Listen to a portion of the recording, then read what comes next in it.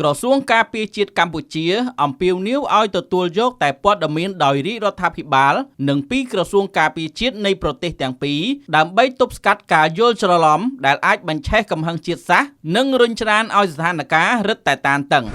ក្រសួងការពារជាតិតាមរយៈបណ្ដាញសង្គមផ្លូវការនៅថ្ងៃទី9 ខែមិថុនាឆ្នាំ2025បានជម្រាបជូនសាធារណជនមេត្តាជ្រាបថា